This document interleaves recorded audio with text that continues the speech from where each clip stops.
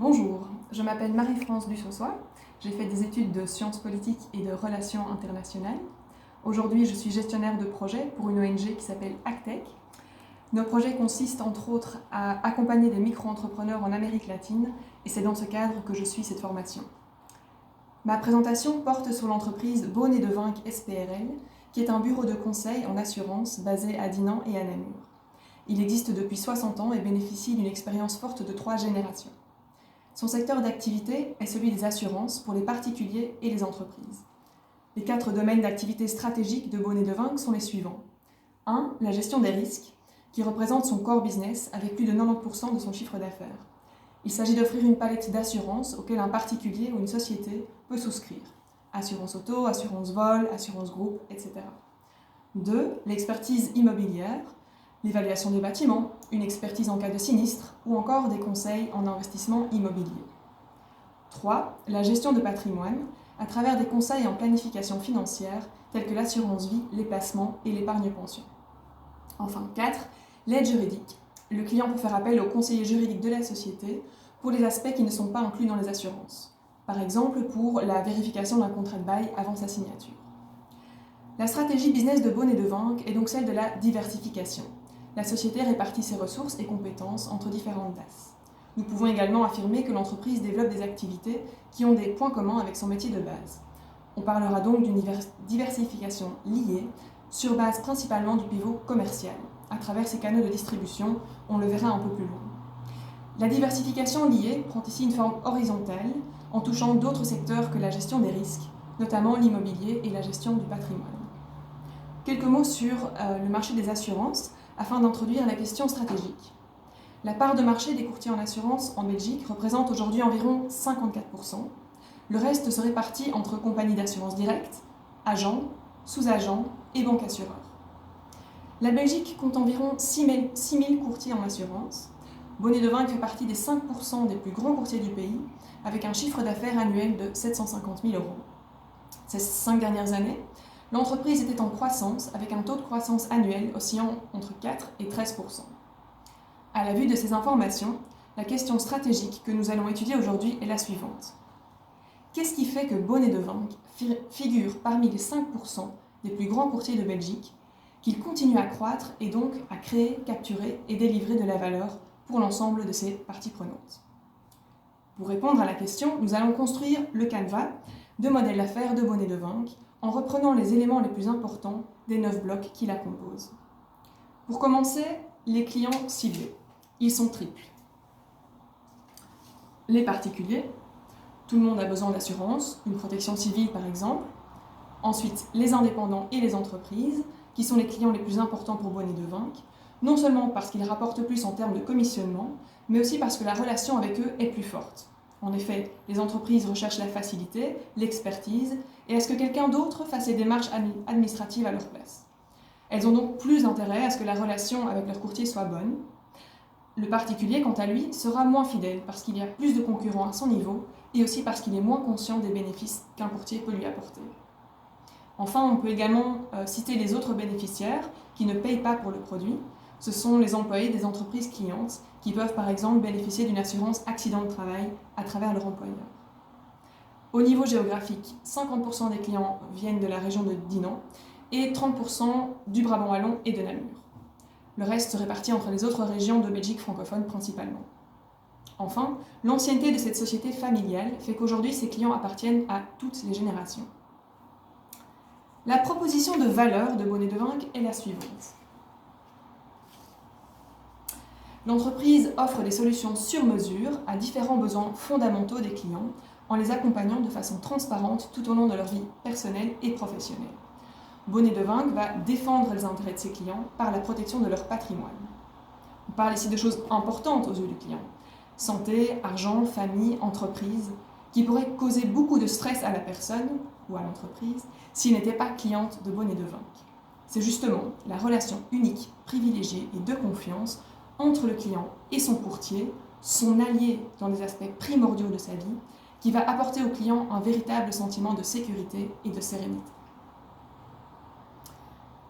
Le principal canal de distribution de la société est le contact direct.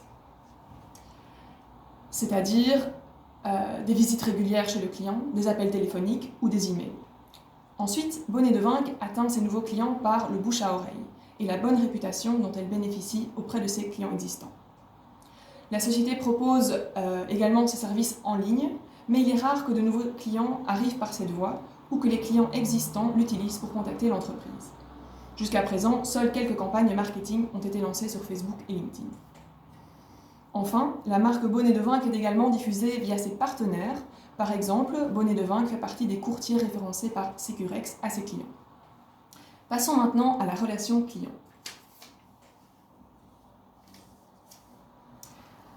Comme nous l'avons mentionné précédemment, Bonnet de Vinck cherche à développer une relation forte et privilégiée avec ses clients. Concrètement, l'équipe essaye de contacter au minimum une fois par an chacun d'entre eux pour faire le point sur leur situation. C'est donc à travers cette relation forte et privilégiée que l'entreprise va fidéliser ses clients afin de pouvoir réaliser des ventes supplémentaires en fonction de l'évolution personnelle et ou professionnelle du client. Par exemple, un client indépendant qui fait recours à Bonnet de Vinck pour ses services de conseil en start-up pourrait un jour élargir son entreprise, avoir besoin d'une assurance groupe ou encore acheter une maison et devoir l'assurer, fonder une famille. Les possibilités sont multiples. En ce qui concerne les flux de revenus de Bonnet de Vinck, ils sont garantis par deux moyens. Premièrement, par les commissions et surcommissions des assurances, qui représentent plus de 90% du chiffre d'affaires. En moyenne, la commission équivaut à 17% de la prime payée par le client. Ce pourcentage peut varier en fonction du type de produit. Il sera plus élevé pour une assurance incendie que pour une assurance vie, ou en fonction du client et de la volonté du courtier de négocier la prime auprès de la compagnie d'assurance. La deuxième et plus petite source de revenus est obtenue par les services de conseil en ce qui concerne l'expertise immobilière, la gestion du patrimoine et l'aide juridique. Au niveau des ressources clés, la ressource principale de Bonnet de Vinck est son capital humain, une équipe dynamique de 8 personnes avec des compétences différentes et complémentaires. 3 courtiers, dont un expert immobilier, un juriste, un directeur commercial, un directeur financier et 2 gestionnaires. En ce qui concerne les ressources intellectuelles, il y a bien évidemment la marque Bonnet de Vinck, mais aussi l'agrégation de certains membres de l'équipe comme RD, responsable distribution, ou PCP, personne de contact avec le public, une obligation juridique. Les actifs financiers sont composés du capital de départ de la société, du cash flow et de quelques emprunts. Enfin, comme ressources physiques, la société dispose de 2 bureaux propres, d'un certain nombre de véhicules, de moyens de communication et d'équipements divers. Les activités clés de la société sont les suivantes. D'une part, la gestion du portefeuille de clients pour transformer les petits clients en gros clients. L'équipe analyse la situation particulière du client pour lui proposer la meilleure solution. D'autre part, le contact avec les partenaires, principalement les compagnies d'assurance, justement dans le cadre de la recherche de la meilleure solution pour le client. Notons que la recherche de nouveaux clients n'est pas une activité prioritaire de la société pour le moment, car elle reçoit de nombreux leads via le bouche à oreille et via ses partenaires. Les partenaires principaux de la société sont bien évidemment les compagnies d'assurance, desquelles Bonnet de Vinck propose les produits. Il y en a environ 35, par exemple AG Insurance, Allianz, Generali, etc. Ces partenariats sont une sorte de coopétition au sein de laquelle des sociétés à la base concurrentes de Bonnet de Vinck deviennent, à travers le contrat qui les lie, ses partenaires. Bonnet de Vinck accorde beaucoup d'importance aux soins des relations avec ses partenaires. Cela lui permet de construire une sorte de pouvoir de négociation sur les commissions au moment de la renégociation annuelle de la convention qui les lie. Il y a bien sûr les affinités personnelles qui jouent entre les gérants de Bonnet de Vinck et ses correspondants, mais aussi le type de dossier soumis et la durée des contrats. Bonnet de Vinck collabore aussi au sein de fédérations professionnelles de courtiers telles que Brocom, Febravel et Estime. Ces fédérations lui donnent accès à un réseau, à des formations ou encore à des avantages tarifaires. En effet, Bonnet de Vinck s'allie avec d'autres courtiers pour faire jouer l'effet de groupe afin de négocier de meilleures commissions avec les compagnies d'assurance. Enfin, Bonnet de Vinck s'est également construit un réseau d'experts externes, avocats, corps de métier, avec des tarifs horaires négociés auxquels il peut avoir recours ou qu'il peut proposer à ses clients. Enfin, parmi les coûts les plus importants de la société, on peut citer les frais de personnel, salaire, cotisations sociales, frais de formation, et les frais de fonctionnement, déplacement, communication, équipement.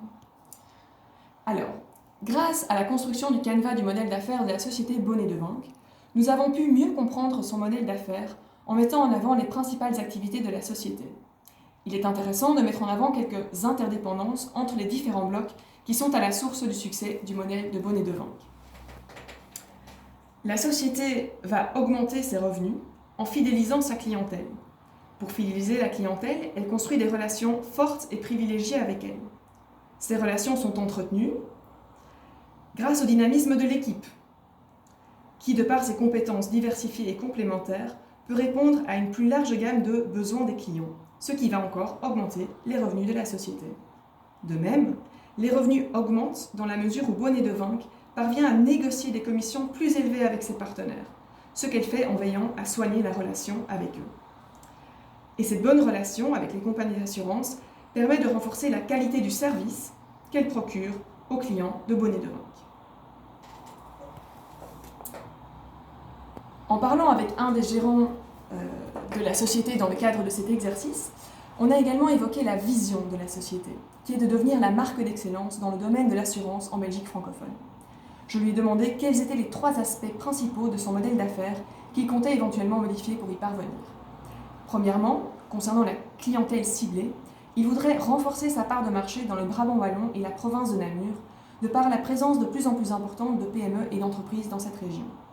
Deuxièmement, les canaux de distribution. Adopter une stratégie d'approche commerciale digitale afin de s'adapter au comportement actuel des consommateurs, dans le but de maintenir une croissance dans le futur. Évoquant la faible connaissance de la clientèle du monde des assurances, il souhaite également développer de nouveaux outils CRM pour mieux communiquer avec elle. Enfin, les investissements dans le capital humain. D'un côté, le recrutement de compétences toujours plus complémentaires au sein de son équipe, et de l'autre, la formation continue du personnel, qu'il veut rendre la plus autonome possible.